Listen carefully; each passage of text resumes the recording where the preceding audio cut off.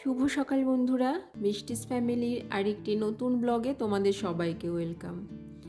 আশা করছি তোমরা সবাই ভালো আছো আর আমরাও বেশ আছি। আজ হলো সোমবার, ঘড়িতে এখন সময় হচ্ছে সকাল 7টার মতো। আর এখন থেকেই আমি আমার কাছে দূরের সমস্ত বন্ধুদের সাথে নিয়ে আজকের ব্লগটি শুরু করছি। তোমাদের সবাইকে আমার ব্লগের সঙ্গে থাকার জন্য অনুরোধ রইল। 7টা থেকে হয়তো ব্লগটা শুরু করেছি, কিন্তু ঘুম থেকে উঠেছি না অনেকক্ষণ আগেই।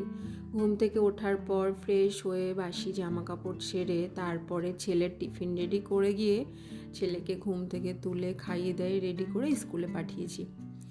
আজকে তো ওর বাবা বাড়িতে ছিল, ওই জন্য আমার আর স্কুলে ওকে দিতে যেতে হয়নি। আর তা না হলে না আমারও সকাল সকাল রেডি হয়ে বেরোতে হয়, খুবই তাড়াহুড়োর মধ্যে দিয়ে কাটে সকালটা আমার। তো আজকে যেহেতু বাড়িতে আছে ওই জন্য একটু চাপটা কম আছে। ওরা বেরিয়ে যাওয়ার সঙ্গে সঙ্গে এখন আমি আমার যে সকালের কাজগুলো থাকে সেগুলোই করছি। কিছুই তো করা হয়নি, ছেলেকে স্কুলে পাঠানোর জন্য তো অন্যদিকে কাজ থাকে, ওই জন্য ঘরের কাজগুলো কিছুই করা হয়নি। শুধু বেডরুমটাই ঝাড়ু লাগিয়েছিলাম, আর সব কাজ পড়ে আছে। আর এই দেখো আমার জানলার কাছে যেটা তোমরা দেখছো, এটা হলো চাইনিজ লণ্ঠন, যেটা ওই ছেলের স্কুলের জন্য করতে দিয়েছিল স্কুলে ক্রিসমাসের আগে, তখন এটা বানিয়ে দিয়েছিলাম। তাই সেটা আবার স্কুল থেকে ফেরত দিয়ে দিয়েছে, তো তাই এটা আমি আমার বেডরুমে জানলার কাছে ঝুলিয়ে দিয়েছি। যখন খুব হাওয়া আসে না জানলার ওপার দিয়ে, এত সুন্দর ওটা দোলে, দেখতে ভীষণ ভালো লাগে।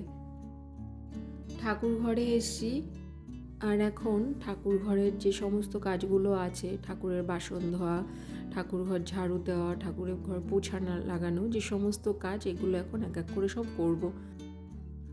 আমার প্রতিদিনের সকালের দিকে যে কাজগুলো থাকে, মানে ডেইলি যে মর্নিং রুটিন যে কাজ, রুটিনের যে কাজকর্ম, সেটা একই থাকে। যেমন ঘর ঝাড়ু দেওয়া, বিছানা তোলা, তারপরে ঠাকুর ঘরের যে কাজকর্মগুলো সেইগুলো সব আগে পরিপাটিভাবে গুছিয়ে করে নিই, আর তারপরে গিয়ে অন্য অন্য যে কাজগুলো থাকে সেগুলোই করতে শুরু করি। আর এই কাজগুলো যখন গুছিয়ে ঠিকঠাকভাবে করা হয়ে যায়, তখন মনে হয় যে মানে বেশ একটা কাজের, যে সকালের দিকে যে একটা কাজের তাড়া, যে ঝামেলাটা থাকে, সেটা থেকে অনেকটাই রিলিফ পাওয়া যায়। তো এখন চলে এসেছি বিছানাটা গোছানোর জন্য। হাজব্যান্ডও চলে এসছে ওকে স্কুলে দিয়ে, আর এসে তারা লাগাচ্ছে যে আমার চাটা দাও তাড়াতাড়ি।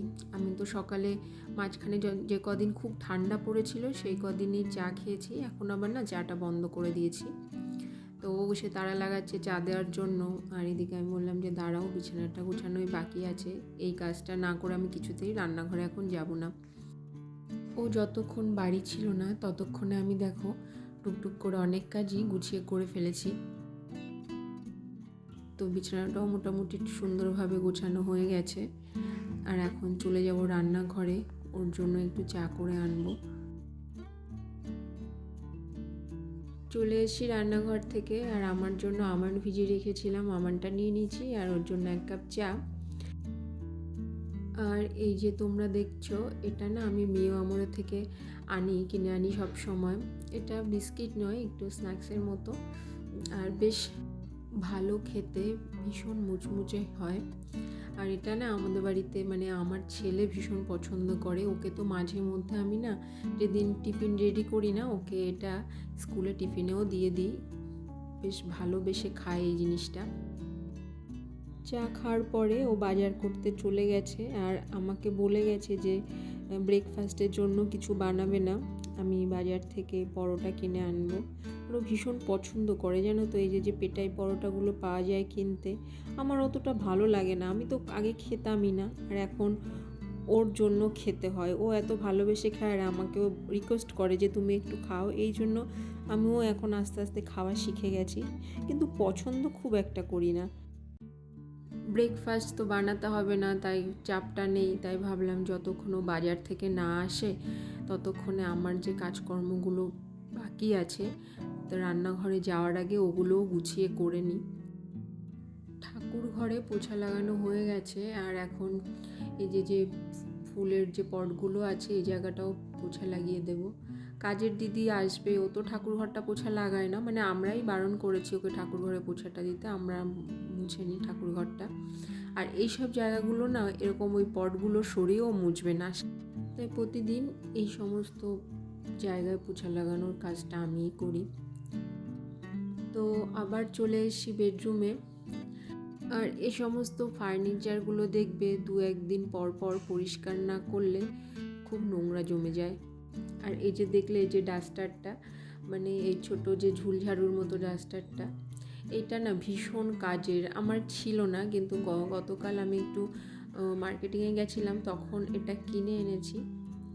আর সত্যি এত ভালো কাজ হচ্ছে এটা দিয়ে, খুব ইজিলি ডাস্টিংয়ের কাজগুলো না এটা দিয়ে করতে পারছি। আর আমি ভাবছি যে আমি কেন এতদিন এটা কিনিনি। এতদিন কি করতাম, আমার যে বাড়িতে পুরনো রুমালগুলো আর কি, যেগুলো ইউজ করেছি একটু পুরনো হয়ে গেছে, সেগুলো দিয়েই না আমি এই সমস্ত ফার্নিচারগুলো মুছে নিতাম, ডাস্টিংয়ের কাজটাজগুলো করতাম। কিন্তু এটা কেনার পর নিজেই ভাবছি যে এতদিন কেন কিনিনি। আর এটা দিয়ে দেখো সমস্ত ফার্নিচার, মানে আলমারি, সোফা, ড্রেসিং টেবিল যা যা মোটামুটি আছে সবই ভালোভাবে ক্লিন করা যাচ্ছে। আর একটা কুশানও কিনে এনেছিলাম কালকে, দেখলে তো সোফায় সেট করলাম। একটা আগে থেকেই ছিল, আর একটা দেখে ভালো লাগলো, ওটা কিনে এনেছি। আর এদিকে হাজব্যান্ড চলে এসছে বাজার থেকে, আর পরোটাও নিয়ে এসছে, তো দুজনের জন্য ওটা বেড়ে নিয়েছি। বাবা মা খায় না, ওনারা রুটি খায় সকালে, সেটা ওনারা খেয়েছে। আর আমরা দুজনে এই পরোটা, ঘুগনি, আর বাড়িতে আসার পরে না ও বললো তাহলে 2টো ডিম ভেজে দাও, তাই পেঁয়াজ আর ডিম দিয়ে একটু ডিমের ভুজিয়া করে নিয়েছিলাম। এখন দুপুরের রান্না বসিয়েছি। আর এই যে আজকে দেখছো করব লাউয়ের ঘন্ট। লাউটা না কালকে রাতে কেটে টেটে রেডি করে রেখেছিলাম। আর এই যে বড়ি ভাজা, চিংড়ি মাছ দিয়ে লাউয়ের ঘন্ট, মানে লাউ চিংড়ি যেটা বলি আমরা, সেটা খেতে বেশি ভালো লাগে। তো আজকে না বাজার থেকে আর চিংড়ি মাছ আনা হয়নি, শুধু পাবদা মাছই এনেছে। তাই ভাবলাম যে শুধু লাউ তো ভাল লাগবে না, তাহলে একটু এই ডালের বড়িগুলো ভেজে ওটা দিয়েই করে নিই। আর এই যে দেখো পাবদা মাছ এনেছে, আর মাছগুলো না ভীষণ বড়, প্রায় 10টা মতো পাবদা মাছ এনেছে, কিন্তু সবগুলো আজকে করব না, কিছুটা মাছ রেখে দিয়েছি কালকে করার জন্য।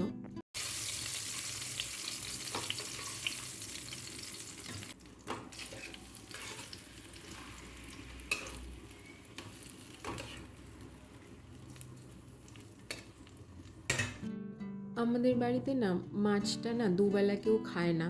ধরো এখন দুপুরে খাবে, তো রাতের বেলা যদি মাছ আমি বেশিও করি, তাহলে রাতের বেলা মাছ থাকলে কেউ মাছ খাবেই না, সেই মাছটা না থেকেই যাবে, পরের দিন আবার বাসি মাছ খেতে হবে। ওই জন্য একবেলার মাছই করি, আর রাতের বেলাটা না সবাই ডিমটাই খায়। তো আজকে পাবদা মাছটা করেছি কালো জিরে ফোড়ন দিয়ে, একদম মাখা মাখা করে দেখো।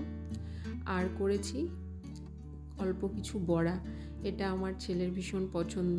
ওকে যদি ডেলি খাবারে বড়া দাও, যে কোনো কিছুর বড়া, ডালের বড়া, আলুর বড়া, পেঁয়াজের বড়া, ও খুব খুশি হয়ে খেয়ে নেবে। ইয়াম্মি ডাবের জল। ছেলে তো স্কুল থেকে চলে এসছে, আমাকে তো অন্যদিন রান্নাবান্না শেষে আনতে যেতে হয়। ওর বাবা বাড়িতে ছিল, ওই জন্য স্কুলে দেওয়া নেওয়ার কাজটা ওই করেছে। বাড়ি থাকলে ওই করে, আমার আর ওদিকটা দেখতে হয় না।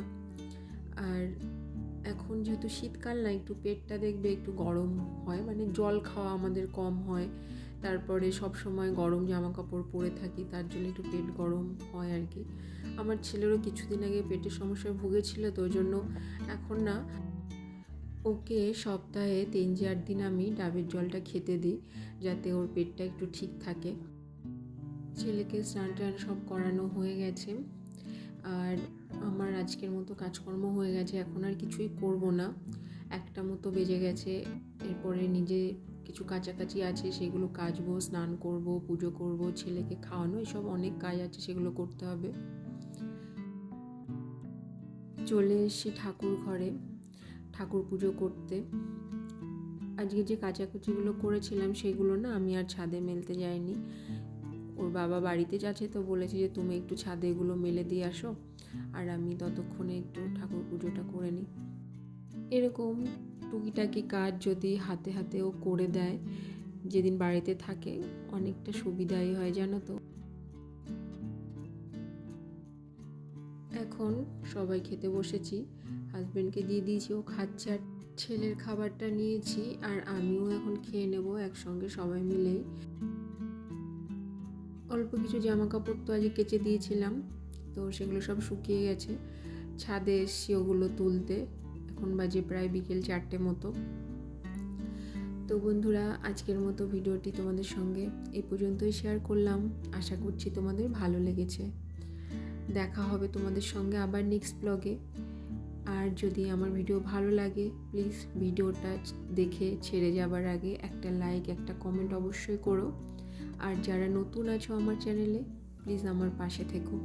সবাই ভালো থেকো, সুস্থ থেকো, সবাইকে টাটা।